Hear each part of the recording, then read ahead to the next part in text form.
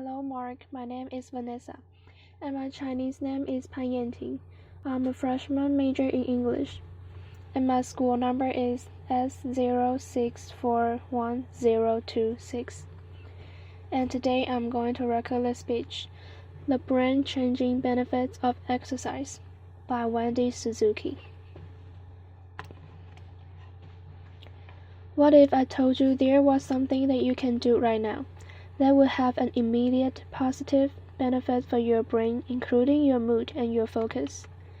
And what if I told you that something could actually last a long time and protect your brain from different conditions like depression, Alzheimer's disease, or dementia? Would you do it? Yes. I'm talking about the powerful effects of physical activity.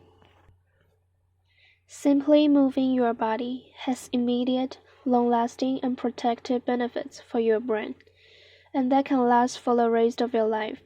So what I want to do today is to tell you a story about how I used my deep understanding of neuroscience as a professor of neuroscience to essentially do an experiment on myself in which I discover the science underlying why exercise is the most transformative thing that you can do for your brain today. Now, as a neuroscientist, I knew that our brains, that is the thing in our head right now, that is the most complex structure known to humankind. But it's one thing to talk about the brain, and it's another to see it. So here is a real preserved human brain, and it's going to illustrate two key areas that we're going to talk about today. The first is the prefrontal cortex, right behind your forehead, critical for things like decision-making, focus, attention, and your personality. The second key area is located in the temporal lobe, shown right here. You have two temporal lobes in your brain, the right and the left. And deep in the temporal lobe is a key structure critical for your ability to form and retain new long-term memories for facts and events. And that structure is called the hippocampus. So I've always been fascinated with the hippocampus. How could it be that an event that lasts just a moment, say, your first kiss or the moment your first child was born, can form a memory that has changed your brain? That lasts an entire lifetime? That's what I want to understand. I wanted to start and record the activity of individual brain cells in the hippocampus as subjects for forming new memories, and essentially try and decode how those brief bursts of electrical activity, which is how neurons communicate with each other, how those brief bursts either allow us to form a new memory or did not.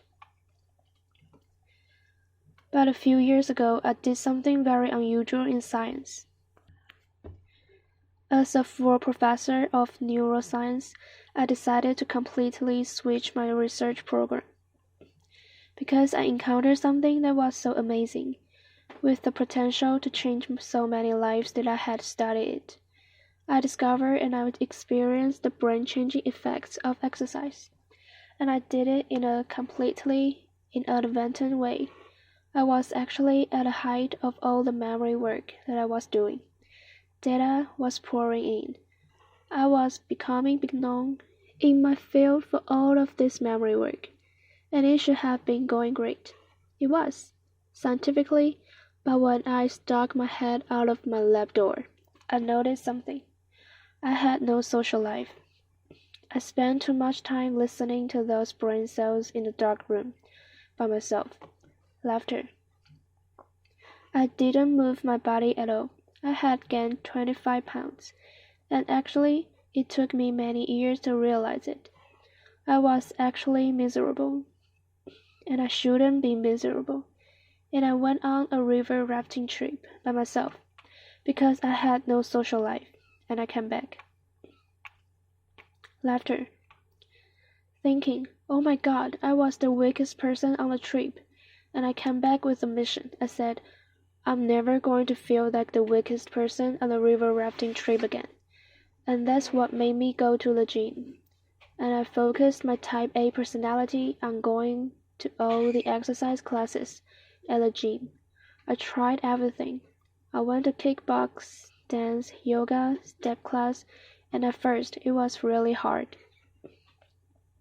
But what I noticed is that after every sweat-inducing workout that I tried, I had this great mood boost and this great energy boost. And that's what kept me going back to the gym. Well, I started feeling stronger. I started feeling better. I even lost that 25 pounds. And now, fast forward a year and a half into the regular exercise program, and I noticed something that really made me sit up and take notice. I was sitting at my desk, writing a research grant, and a thought went through my mind, and that had never gone through my mind before. And that thought was, grant writing is going well today, and all the scientists. Laughter. All the scientists always laugh when I say that, because grant writing never goes well. It is so hard. You're always pulling your hair out, trying to come up with that $1,000,000 winning idea. But I realized that the grant writing was going well, because I was able to focus and maintain my attention for longer than I had before. And my long-term memory, what I was studying in my own lab, seemed to be better in me, and that's when I put it together. Maybe all that exercise that I had included and added to my life was changing my brain. Maybe I did an experiment on myself without even knowing it. So, as a curious neuroscientist, I went to the literature to see what I could find about what we knew about the effects of exercise on the brain.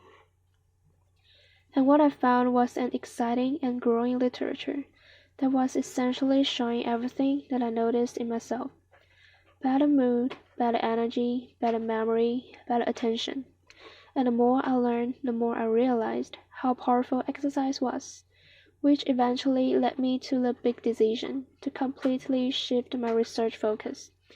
And so now, after several years of really focusing on the question, I've come to the following conclusion: that exercise is the most transformative thing that you can do for your brain today for the following 3 reasons. Number 1, it has immediate effects on your brain. A single workout that you do will immediately increase levels of neurotransmitters like dopamine, serotonin, and noradrenaline. That is going to increase your mood right after that workout. Exactly what I was feeling. My labs show that a single workout can improve your ability to shift and focus attention, and that focus improvement will last for at least 2 hours. And finally, studies have shown that a single workout will improve your reaction times, which basically means that you are going to be faster at catching the cup of Starbucks that falls off the counter, which is very, very important. Laughter. But these immediate effects are transient. They help you right after. What you have to do is to do what I was doing. That is, change your exercise regimen, increase your cardiorespiratory function to get a long-lasting effects. And these effects are long-lasting because exercise actually changes the brain's anatomy, physiology, and function. Let's start with my favorite brain area, the hippocampus. The hippocampus, or exercise, actually produces brand new brain cells. New brain cells in the hippocampus that actually increase its volume, as well as improve your long-term memory, okay? And that including in you and me. Number 2, the most common finding in neuroscience studies. Looking at effects of long-term exercise is improved attention function dependent on your prefrontal cortex. You not only get better focus and attention, but the volume of the hippocampus increases as well. And finally, you not only get immediate effects of mood with exercise, but those last for a long time. So you get long-lasting increases in those good mood neurotransmitters. But really, the most transformative thing that exercise will do is its protective effects on your brain. Here you can think about the brain like a muscle. The more you are working out, the bigger and stronger your hippocampus and prefrontal cortex gets. Why is that important? Because the prefrontal cortex and hippocampus are the two areas that are most susceptible to neurodegenerative diseases and normal cognitive decline in aging. So with increased exercise over your lifetime, you are not going to cure dementia or Alzheimer's disease. But what you're going to do is you're going to create the strongest, biggest hippocampus and prefrontal cortex. So it takes longer for these diseases to actually have an effect. You can think of exercise, therefore, as a supercharged 401k for your brain, okay? And it's even better because it's free. So this is the point in the talk where everybody says, "This sounds so interesting, Wendy, but I really will only want to know one thing. And that is just tell me the minimum amount of exercise I need to get all these changes." Laughter. And so I'm going to tell you the answer to that question. First, good news. You don't have to become a triathlete to get these effects. The rule of thumb is you want to get 3 to 4 times a week, exercise minimum 30 minutes, an exercise session. And you want to get aerobic exercise in. That is, get your heart rate up.